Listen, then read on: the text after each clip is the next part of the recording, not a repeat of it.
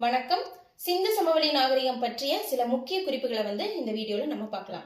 Okay, இப்போ இதனோட சிந்து நாகரிகத்தோட காலம் அப்படிங்கிறது 3000 போஆமோ, பொது ஆண்டுக்கு முன்னர், அதாவது 3000 போஆமோ.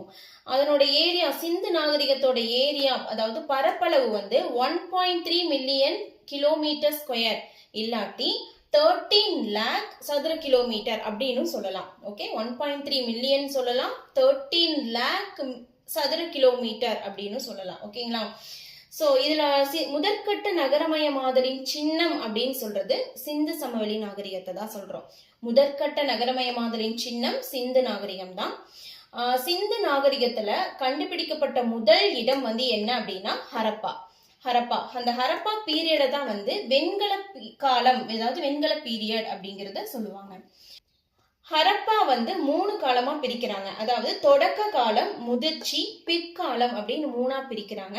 தொடக்க காலம் அப்படிங்கிறது எந்த பீரியட் அப்படின்னா 3000 to 2600 அப்படிங்கிறது தொடக்க காலம், இந்த இடைப்பட்ட காலம். சோ இந்த தொடக்க காலத்தை தான் புதிய கற்காலம் அப்படிங்கறது சொல்றாங்க. சோ புதிய கற்காலம் அப்படிங்கிறது என்ன பீரியட்? தொடக்க காலம். ஹரப்பாவோட தொடக்க காலத்தை தான் புதிய கற்காலம் அப்படின்னு சொல்றாங்க.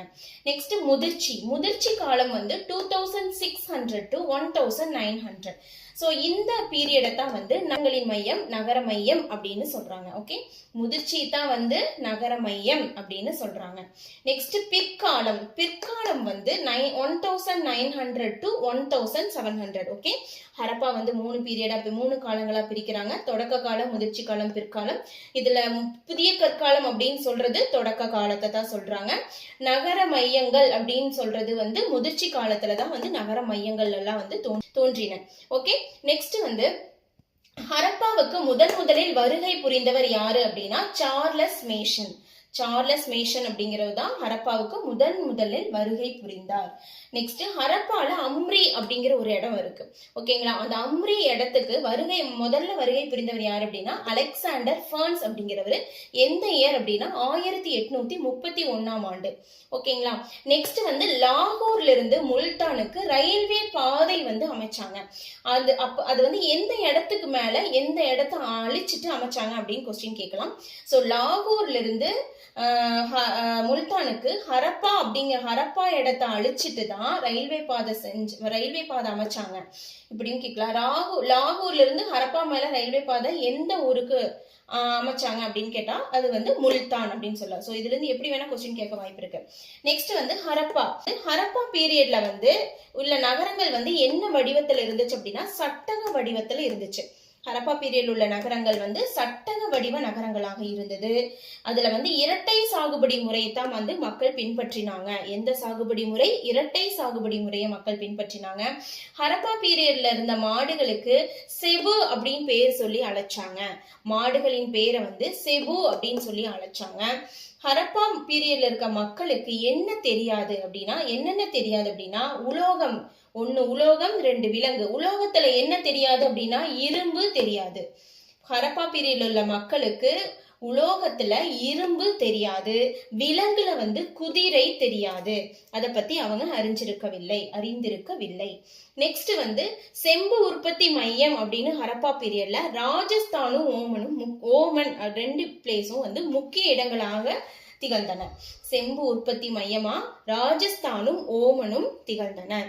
நெக்ஸ்ட் எடைமுறை என்ன ஃபாலோ பண்ணாங்க? ஹரப்பா மக்கள் இரும எண் எடைமுறையை ஃபாலோ பண்ணிருக்காங்க.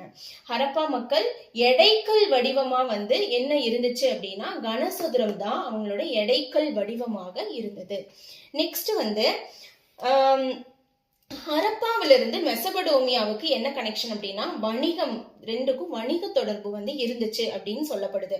அதை கல்வெட்டு கியூனிஃபார்ம் அப்படிங்கிற கல்வெட்டுல ஹரப்பாவுக்கும் மெசபடோமியாவுக்கும் வணிக தொடர்பு இருந்துச்சு அப்படிங்கிறத சொல்லுது. இந்த கல்வெட்டுல மெலுகா அப்படிங்கிற ஒரு வேர்டு இருந்திருக்குது.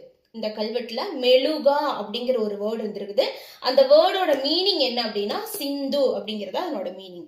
நெக்ஸ்ட் இந்திய தொல்லியல் துறை பத்தி 2 முக்கிய குறிப்பு வந்து நம்ம இங்க பாக்குறோம். இந்திய தொல்லியல் துறையோட டைரக்டர் அதாவது இயக்குனர் பேர் என்ன அப்படின்னா சர் ஜான் மார்சல். இயக்குனர் அப்படின்னா சர் ஜான் மார்சல். முதல் அளவையர் அப்படின்னு கேட்டாங்கன்னா அலெக்சாண்டர் கன்னிங்ஹாம்.